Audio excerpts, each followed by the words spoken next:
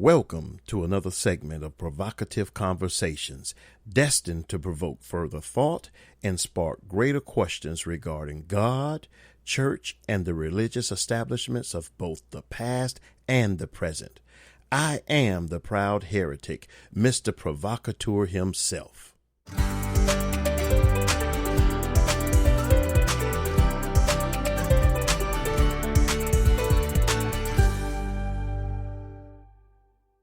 In this segment, I want to continue on dealing with the two different dispensations, the dispensation of Egypt and the dispensation of the promised land. I said initially from my last recording that I am speaking from a personal standpoint, from an inner and outer experience that I had, has been ongoing, that I've been having in regards to my household. But one thing I know with God is that God tends to speak to us in regards to spiritual truths by way of our own individual designed, destined experiences. And those experiences generally take place, or oftentimes will take place within our household. I don't necessarily have a problem in speaking with the past or present condition or situation involvement in my household. I know there's a pastor out during the time of this recording whose name is Ron Carpenter. And Ron Carpenter, a couple of years ago, he gave his testimony / sermon / teaching.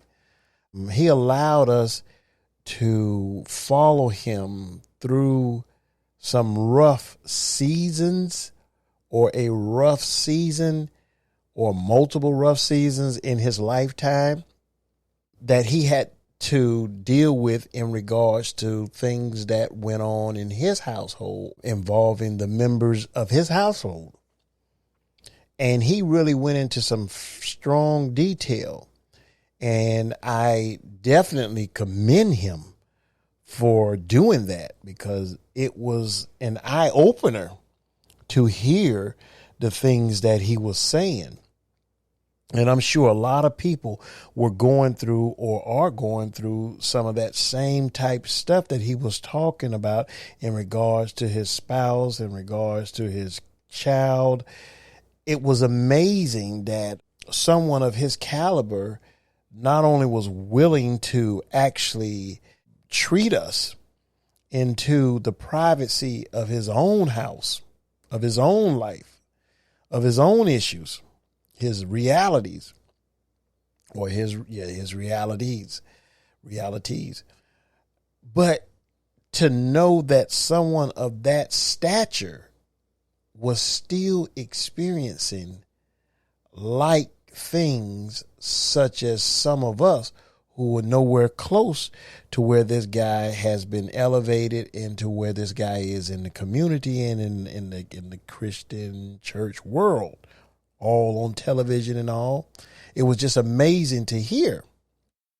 What it let me see is that it is okay to share pertinent information or the experiences that God has gifted us to have in our portfolio.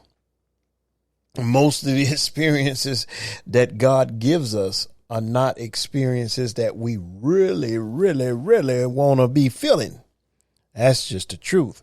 You don't want to feel the things that God has you going through. You don't want to experience it.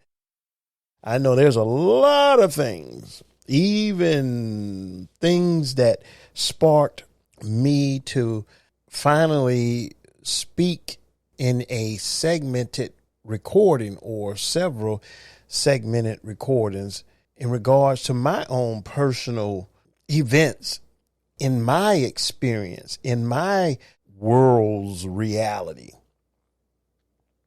I can speak more freely, first of all, knowing that God is in it, and secondly, knowing that, believing that it will help multiple people, even if it helps people who know me personally, even if it deals with some of my blood family, even if it deals with some of my in-laws, my marriage family, or even if it deals with my own kids, my children, or even their children, or your children, whoever. It doesn't matter. Truth is truth, and all truth is relative. And so I believe all truth is relative. It flows back into one. God is supposedly the God of truth, the God of all truth. So it all flows back into one. So in dealing with this here, I'm really dealing with this subject because I'm dealing with the different dispensations in regards to our relationships. And I want to say again, a dispensation, I use it as in the different time periods, the different segmented periods in our lives, the different chapters in our lives that God is dealing with us with. God does not deal with us in every dispensation, in every period, in every segmented section of our lives in the same manner. And he does not deal, not necessarily, not saying he can't, but he generally does not. Every dimension, every level, every period we go with God, he tends to add something to or take something from. He tends to allow certain things in one period, in one dispensation of time, and he doesn't allow it in another. He'll tend to provide in one particular dispensation in time, and in another period, he won't allow it. The very thing that he allowed over here, he no longer allows here. It's almost like when I was a child, he expected me to act, speak, behave as a child. But once I became an adult, he doesn't expect me to be behaving like I once was permitted to behave. And that's the same thing in relationships. Just because God permitted a relationship for this period in time, for this particular time in your life, does not mean that the very relationship that God instituted and ordained, orchestrated to come about in your life does not mean that that very thing is supposed to go beyond the dispensation, beyond the period, beyond the confines of your Egypt experience and over into your promise. Yeah, the very thing that God ordained, the very thing that God ordered is now forbid. It's not a mean thing that God is doing. We just have to come to understand God, because remember, his ways, his thoughts are not our ways. They're not our thoughts. So we don't understand necessarily why he does what he does in a lot of situations. I can speak only to a certain degree why God does this here when it comes to relationships that you've established in one segmented period in time versus another segmented period of time. But first of all, I want to deal with dispensation. One of the meanings, or one of the words that comes out of dispensation, is to dispense, to disperse, to hand out, to spread out, to allocate. You have dispensation and you have dispense, disbursement.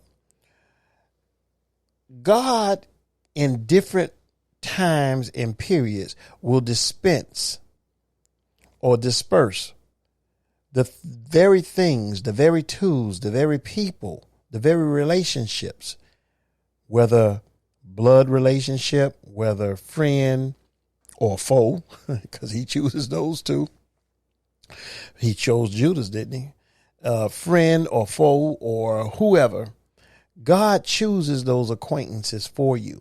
Now, I know, modern preaching will say you chose this type relationship. There's something there, but all in all, at the end of the day, God does the choosing. The Bible says, how can I say for it to be if God has not yet said for it to be? There's another verse in the Bible that says we may roll the dice, but God determines how it falls. So there's something there that God is definitely involved in, even in the hard things and even in the hardships involved in so-called friendships or acquaintances or relationships. It doesn't mean that we don't have a responsibility to be on our P's and Q's and to understand what relationship is helpful and what relationship is not. I know people use the verse that says, don't be unequally yoked. And I want to deal with that, not being unequally yoked, before I even deal with dispensation and disbursement and dispensing. Being unequally yoked, I'll take that to a different level in regards to the subject that I'm dealing with, which is the different dispensations, the different dispensational experiences, the differences between our dispensations. When it comes to being unequally yoked, that's one of the reasons why God would not have us. There's a verse in the Bible that says, God would not have you ignorant concerning the devices. Well, being unequally yoked, what it does is it puts you in one place and another. It means that you're in one place and someone else is in another place. You're operating in one dispensation, one period in time, and this person is operating in a whole nother period in time. You're both in different periods. You're both at different levels. You're both operating from within different stages, different phases, different depths in God, different knowledge bases, different levels of understanding. I've learned that trying to pull people from one period in time, from one level that I was once in, over into the new level that I'm in, it causes a bunch of friction because they're not in agreement. I've had some of the people who sat, like David said, Lord, had it have been people who was outside of the church and who didn't go into your house and who didn't sit at my table and break bread with me, if it wasn't them, I could accept, I could handle what has happened. But God, it is those very people who I sat and broke bread with, who ate with me and we talked and we kicked it like that turned their backs on me or became enemies of mine or became at enmity against. They became at odds against where I was versus where they were. They could not accept me in my new light. It has been the people, whether it's family members, whether it's friendships, or whether it's other relationships or relations, it has been those people who knew me personally in other dispensations, in other periods in time, who were definitely ordained by God to be in my life or for me to come across their path or them come across my path for those time periods that I was in.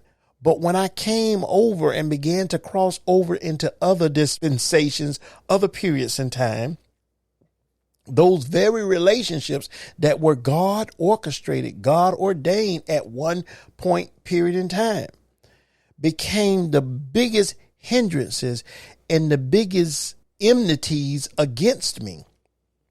They were at such odds against me because of where God had me and where God was taking me. They could not accept the change. They could not embrace the toughness of the sayings that I had. There was a point where apparently there were other disciples or other people who were following Jesus. But as they followed him, the more they followed him, the sayings became harder and harder, or the requirements, the accountability, the responsibility of walking with him and following him was just too much. The price was too high. They weren't willing to sacrifice. And it says, and they left him and went back to, I guess, whatever they were doing. That's one of the reasons why you can't bring everybody into the different spaces and places that God brings you, whether it's in ministry, whether it's in where he's taking you personally in your knowledge base, or whether it's just because of just where he has you in a marriage, in your family, within your household.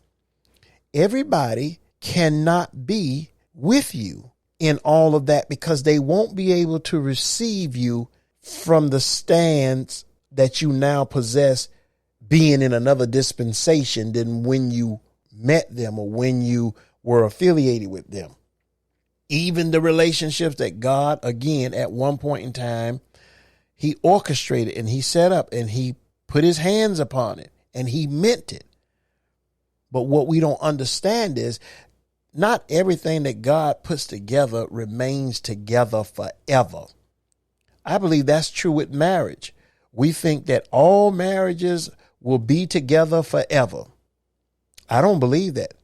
I believe that the marriage that you have, that God told you is going to be forever, is going to be forever.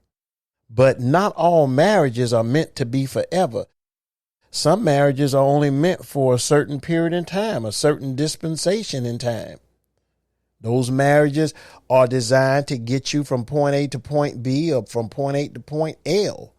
But the M through Z or the M through U may be through somebody else.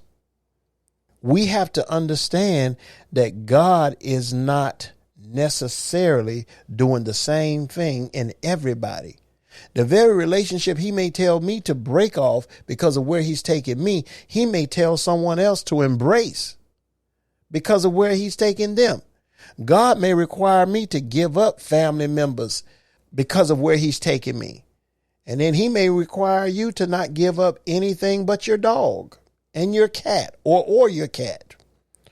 Or he may tell you to give up both your cat, your dog, your house, and your car, but keep your family. There's reasons behind it all, and we don't know them all.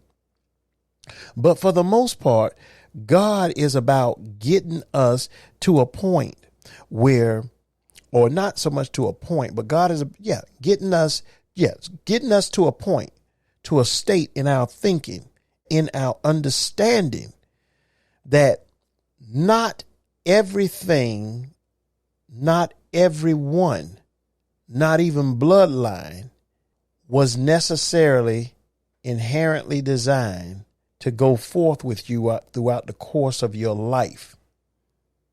Everything, the Bible says there's a time and season for everything. The Bible says there's a time to tear down and there's a time to build. There's a time to build up and then a time to destroy, something to that effect. But there's a time and season for everything. There's a time to embrace and then there's a time to let go. And we're wanting to mix the times up, and we're wanting to stay in the same time period, the same dispensation. The biblical meaning of dispensation speaks more of the line of like the divine ordering of the affairs of the world. It's the different appointments and arrangements that God sets up. And these different appointments and arrangements happen in whatever way, in whatever segmented way that God chooses to split them up in and do. But you can say it's a divinely appointed order or age. It's an era. It's a time period in which you're in. You had different dispensations in the Bible. You had the dispensation when it comes to the patriarchal dispensation, where you had Abram and Isaac and Jacob and all of those. But as we moved over into Moses, now in Moses, here's the thing. In Joseph's dispensation, or that dispensation that included Joseph and the children of Israel in Egypt, that Egyptian period, In that dispensation, God granted them family members. But initially, Joseph went out without his family. His family could not go with him.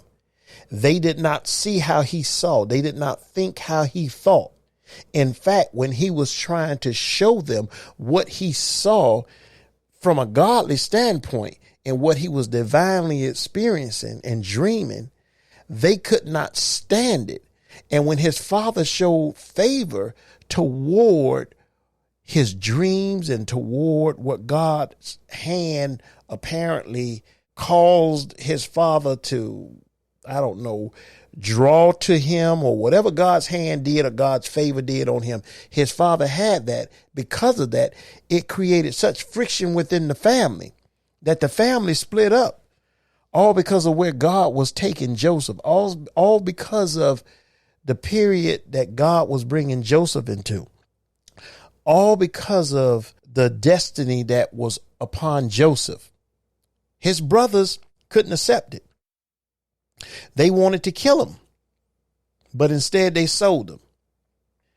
They could not accept. You would be surprised how many family members will not accept what God is doing in your life, whether it's in your marriage, whether it's in your household, how you raise your kids. I remember God told me 24 years ago, I want you to homeschool your kids. That's what I want you to do. The next day, upon my wife exiting the military, the next day after being in Florida, it was on a Sunday morning. We arrived there on a Saturday, and that Sunday morning I was in Boca Raton, Florida, in my sister's apartment, one of the rooms that she allowed us to stay in. And there was a patio on the outside that connected from the bedroom to outside. And I was sitting out there, and God said to me, I want you to homeschool your family, your kids. I want you to homeschool them. Now understand, no one in my family had ever homeschooled. I don't know if anyone in my family ever dreamt of homeschooling, but it didn't matter to me. I was like Abram. God, I'm the first one that's been recorded that you called to leave your household and leave my household and family and go into a land that you know no one, that you don't even know of, and dwell there like a stranger. I was willing to do that Abram move. I was willing to take my wife and mine, all my possessions, and go do that. Let's go, Sarah. It's time to do it. We're going to do this here. And I did that. I had so many people come against me for that. Now, some of those same people, they either say, I never said that, or I never thought like that, or whatever. I mean, just become senile to all the negative things that they were saying in regards to my children, and really in regards to how my children would turn out, and how the mistake that I was making, or some of them wouldn't call it a mistake. They'll be like, are you sure you know what you're doing? Should you do this here? Do you think that's healthy for them? Do you think they're going to end up? Don't you think that they're really saying you're wrong? You shouldn't do this. You should do like all of us in public school them. Well, especially being a black person, or I'm black. I'll just leave it like that. I'm not even going to try to pretty that up. I'm a black person. Okay. I'm black. Doesn't mean I'm dark, but I'm black. Okay. Being a black person, talking about you're going to homeschool when you live around the hoods and stuff, that don't sound right. We don't do that kind of stuff. That's what people's mindsets were. But God told me to do it. So many people rose up against me during that time period, whether it was on my side of the family, whether it was on my wife's side of the family, so whether it was my blood relatives or whether it was my in-laws, they all had things to say. Even when I named each of my kids, people were like, look at those funny names they have. They were just simple names, but simple names with character, with integrity, simple names that had meaning to them. All of their names had meaning to them. But people saw that as being strange and saw what I was doing with homeschooling being strange. But I did it anyway. I went all of those, however many years, 20 years of homeschooling, 20 years, did all 6 of them. we were not going to do differently. I could not see it. Even when different changes came in our life, I still stuck with, nope, we're going to homeschool. This is what I'm going to do. I just give up my career. I give up my future to make sure that my family is taken care of and that my kids are successfully homeschooled the way that God told me. Even when I thought things were going to crumble, I still held to that position because I knew God told me and I didn't care what other people thought. And God made the appropriate provisions for that dispensation, for that period in time that I was walking through. When it came to my marriage, I had people hating on my marriage. I had people saying that God didn't put you all together. Now, these people that I'm talking about, none of them, as far as I could tell from the outside looking in, had no true prayer life, no true disciplined life built upon morality and character and integrity. These were just people just talking because, again, people cannot accept when God is moving you into a different period, into a different space, a different place in him. You have to understand that everybody cannot travel with you because everybody cannot hear God for themselves, more or less in regards to you. You cannot try to pull them everywhere. So God told me to separate myself from people, leave these people alone. Then seeds of discord and lies were planted against me. People were saying that I was going to different hotels been seen in hotels with women. And one particular woman, they claim I was in a hotel that the woman was walking out of the hotel and she was pregnant. And they were just telling us all of this crazy. Now, we found this stuff out years later, but people were explaining to me what some of the rumors that were going on about me. And these were coming from family members. The things that people have lied about in order to gain some type of whatever it is. But what it really was them planting seeds of discord, planting seeds of jealousy, of envy, seeds of strife, just confusion, division. It just all followed these people, even to this very day. Because people cannot receive. If they cannot receive where you are, they'll try to tear you down to where they want you to be. Or if they can't get on if they can't get on your podium, if they can't get on the platform God has set for you, they will undermine that platform. They will sabotage that platform. They will degrade you and humiliate you as bad as they can in order to feel, I guess, good about themselves, which is why, again, you have to understand the periods and the dealings that God has when it comes to you and relationships. You cannot pull everybody into the relationships that God has established with you in a different period, in a different segmented section in time, in your life, in the process of your moving forward in and throughout your destiny. Now, your whole life is your destiny. Your destiny consists of everything in your life. Your whole life is your destiny. But at certain periods, there are certain periods in your destiny that I'm dealing with. And in those periods of your destiny, God does not have for certain friendships, certain relationships to continue on from one period in your destiny to another. Not necessarily. There are some exceptions to that, but for the most part, those who were with you over there cannot be with you over here. Or they may be with you over there and even over here, but as you begin to move further on down there, they're going to have to somehow fall off. They're going to have to be like scales. Those scales are going to have to fall off of you. Because they're not going to be able, those scales are going to keep them from being able to hear. Those scales are going to keep them from being able to see properly.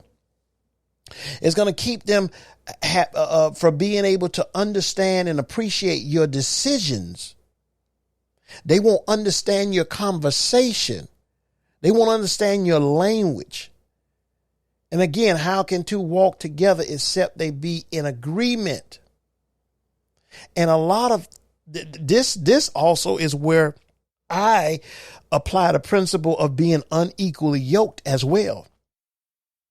Because in the essence of the principle, it was seen as though that would be what I'm talking about would be included within the principle of being unequally yoked. You're both operating from different aspects of your life, different aspects, different degrees of knowledge, different degrees of understanding. Neither of you are compatible where you are today. Where you were yesterday, it was good, it was appropriate. But where you are today, they cannot go. So you had the dispensation, period of the patriarchs and before the time period of Moses. Then you had the period of Moses.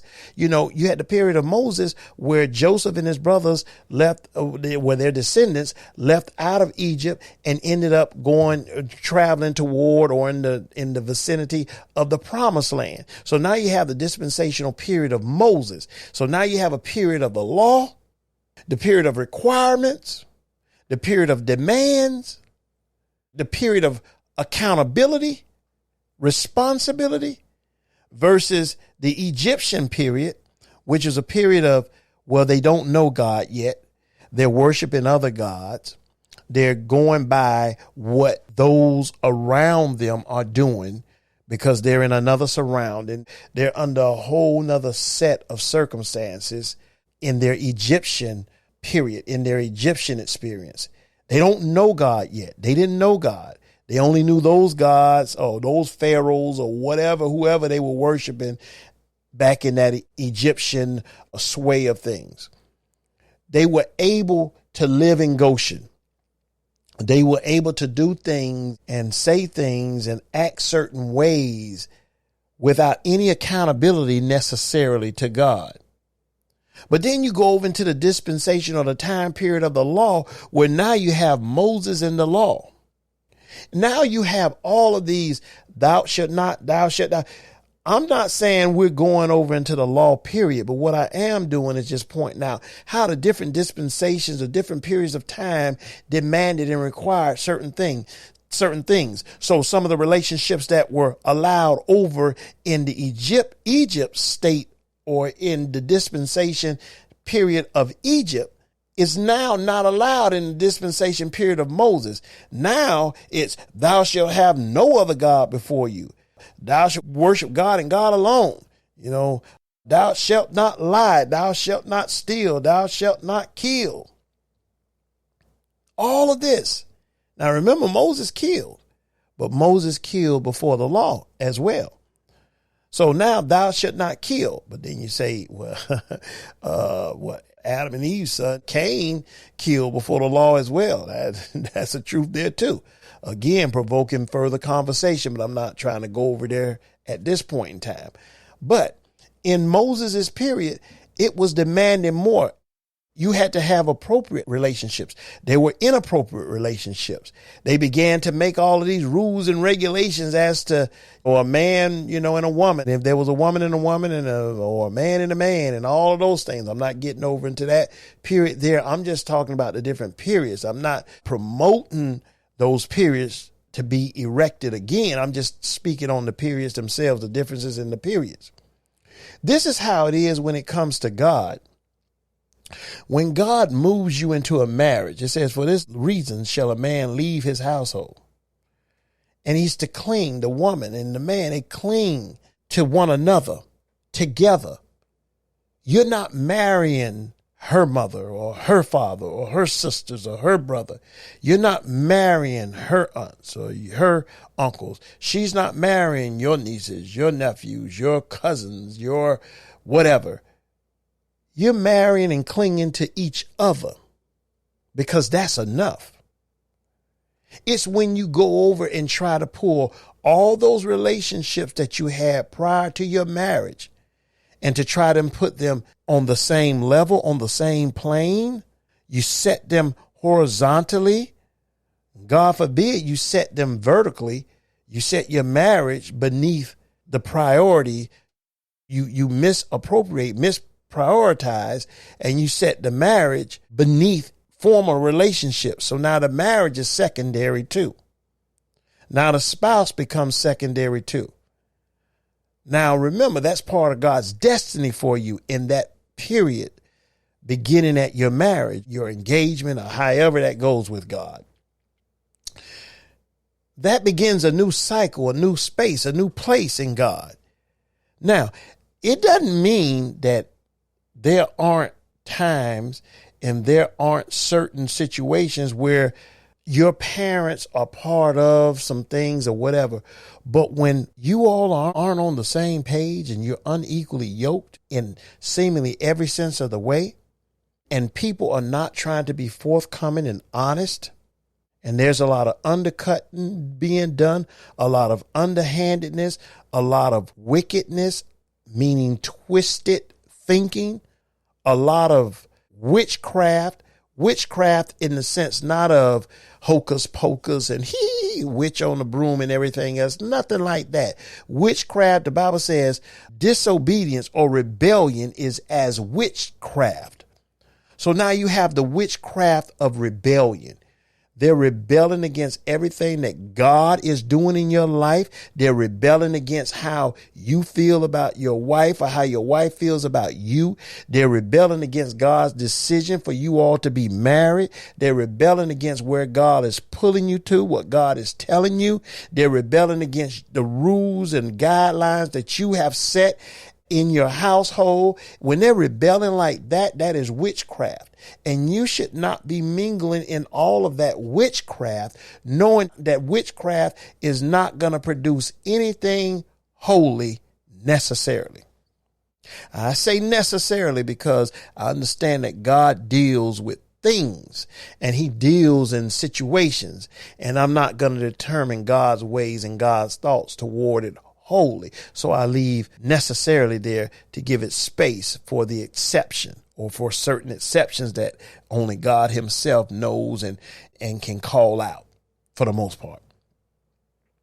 So what I'm saying is, it is necessary that you understand the dispensation, the period that you're in, and that you not try to pull everybody in the period that you're in, because it will cause an uproar in the house. It will cause an uproar in your marriage. You will get up in the mornings and you won't even understand what's going on. See, there's a sway that takes place in the spirit realm, or in the spiritual realm, or in the realm of the unseen, in the realm that we tend to not operate in consciously because we're not focused on it. And so much in the physical realm goes on till we become so engulfed in the physical realm, even though it says we wrestle not against flesh and blood. Still, we're dealing so in the physical realm, and the carnal minded mind only sees physical, tangible things and people. So we kind of get off of the spiritual aspect of it all. But there's a spiritual sway that goes on, that happens when you and your spouse and when you and your household are not together, wholly together, because how can two walk together except they be in agreement?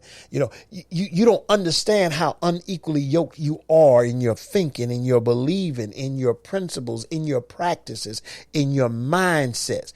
And when you're unequally yoked like that, it causes confusion and division and strife, and you don't know what's going on.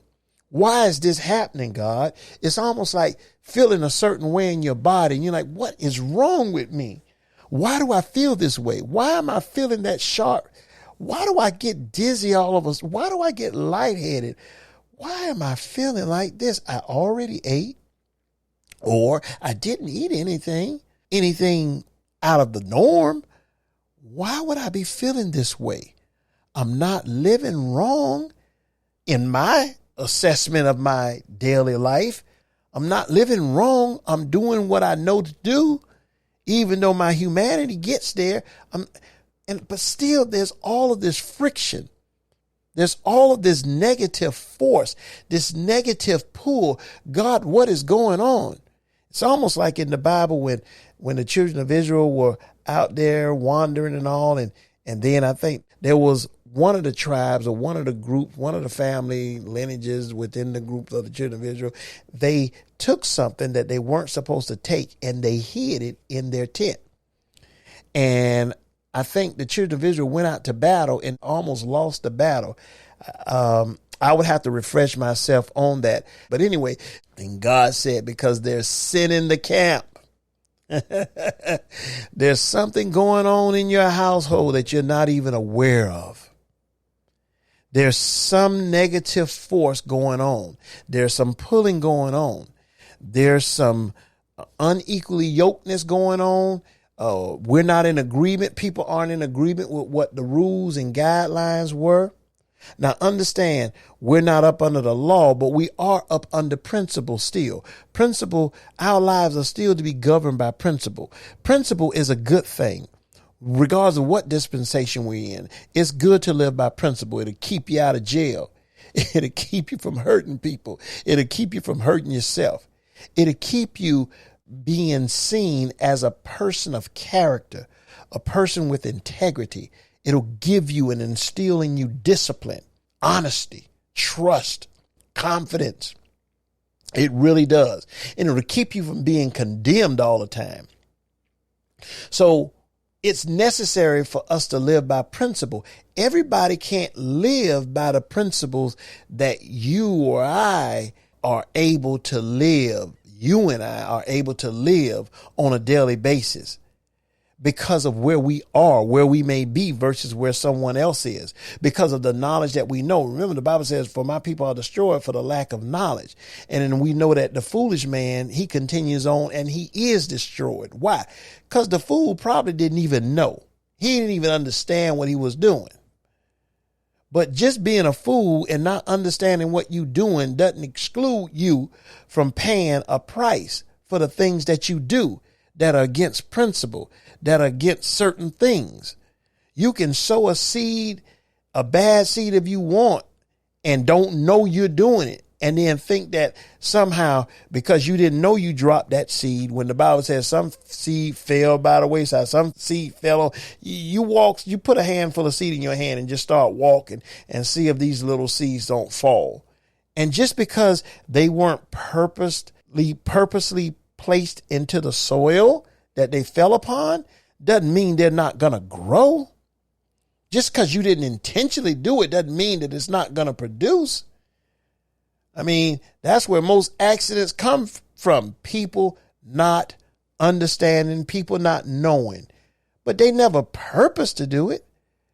But still, the accident still happens. People are still injured terribly. People are still killed as a result of accidents. I never saw him. Yeah, but he's still dead nonetheless.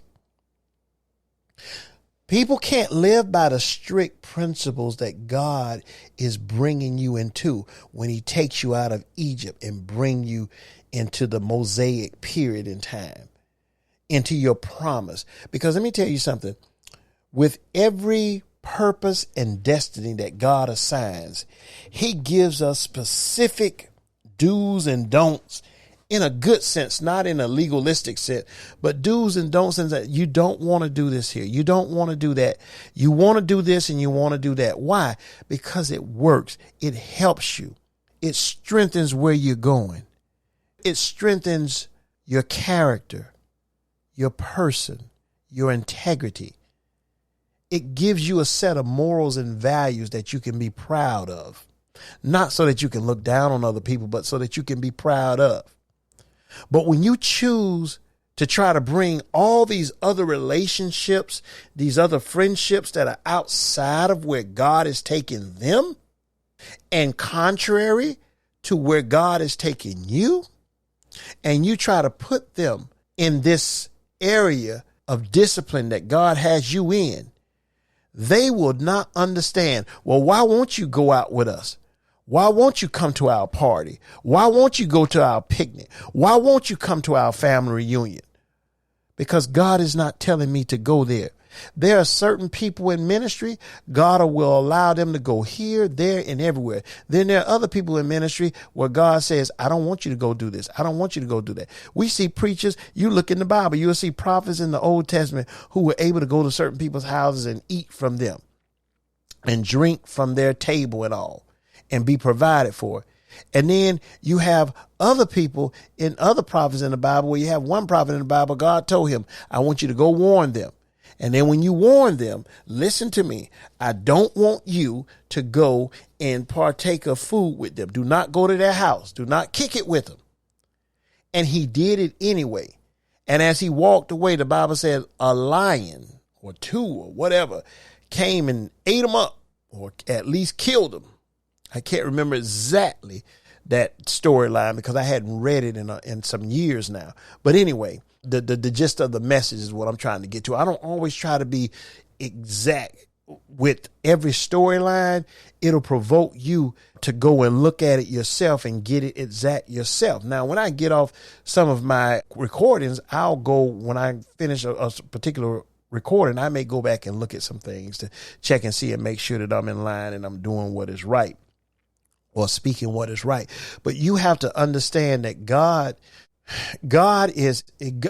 doesn't require everybody to do the same. He may require this one to do more than this one. I remember when I would go out and preach and go to different places and preach, I wouldn't talk to anybody before I preached. I didn't want to deal with anybody. I didn't want to mess with anybody the week prior to me preaching or days prior to me preaching. I just wanted to go and do what I had to do and leave.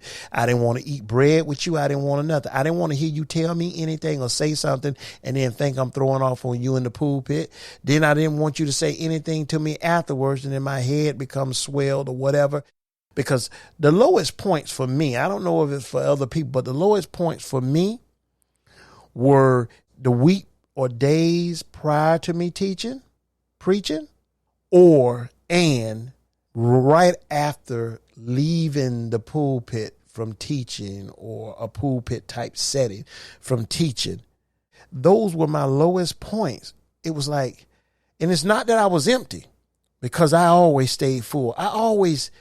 For the most part, I always taught from the overflow of what I possess. So people never drained me. Now, I'll tell you what drains me, having people come over to the house, come into your home, and they disturb that peaceful atmosphere, and they come over there with those wild spirits, I don't mean demonic spirits. I just mean the wild spirited mindset, and they're wide open and loud and boisterous. And I can't take all of that. So that would bother me. But God doesn't have every preacher to do that, every teacher to do that. But I did that. And I felt that was what I was supposed to do, and I could flow better. I didn't want to go kick it after a message and eat and all of this here. I didn't want none of that. I wanted to go home, and I wanted to go right back into my studies again and just sit there and just engulf myself into greater truths, and then to rehearse and rehash to make sure, all was said right and appropriate. So if not, I would go back and fix it. But what I'm saying is this: the requirements in the strictness of life that God may have you to live. Some people in the Bible, God didn't want them to cut their hair. And then you had other groups of people where God, they felt that they were supposed to be eunuchs. They weren't supposed to be married. Others felt that they were supposed to be castrated. Thank God he ain't trying to tell me to do all that, but I'm just saying. God has different requirements and different standards, and everybody cannot go with you who were once with you and part of you at one point, one dispensational period in time or in your life or in your destiny. They can't go with you from that point forward because they're not supposed to. We don't look at as though there's necessarily something wrong with them.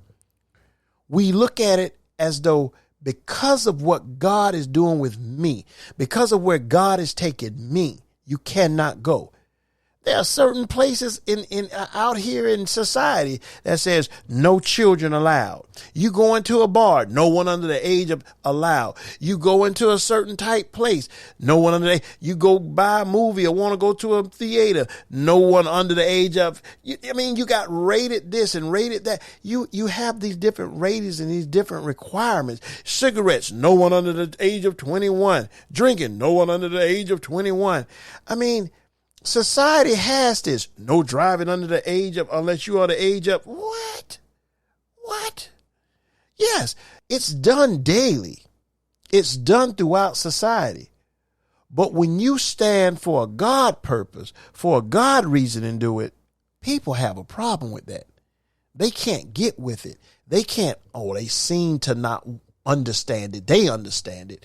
They just seem to not want to understand it, but they understand it.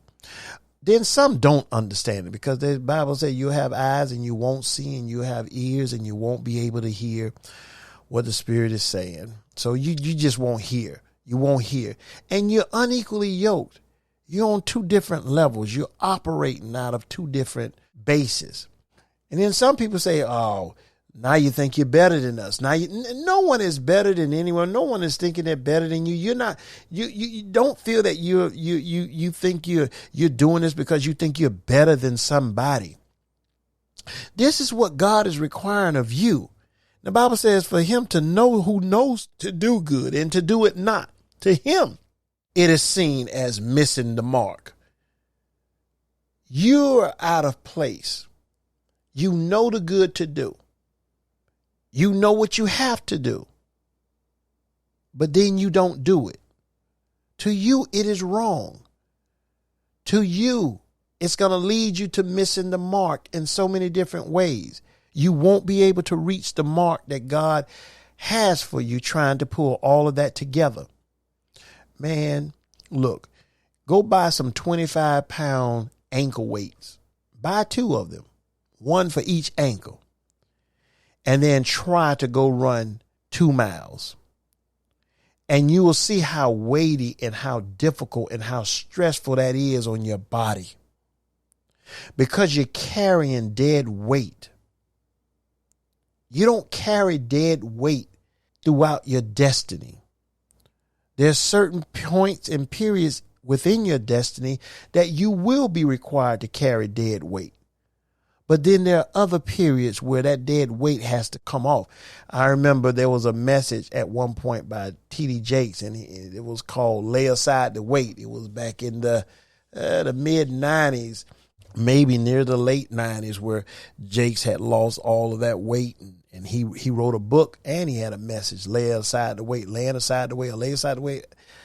I think he had a message going with that, but I know he had a book going with it, laying aside the weight, lay aside the weight. It was speaking of laying aside that dead stuff. Lay aside the unnecessary or the stuff that makes living harder. Lay it aside. May not be sinful, but lay it aside before it becomes all of that and more. Looks like I'll have to do another one of these. So let's end this segment and do another one. How about that?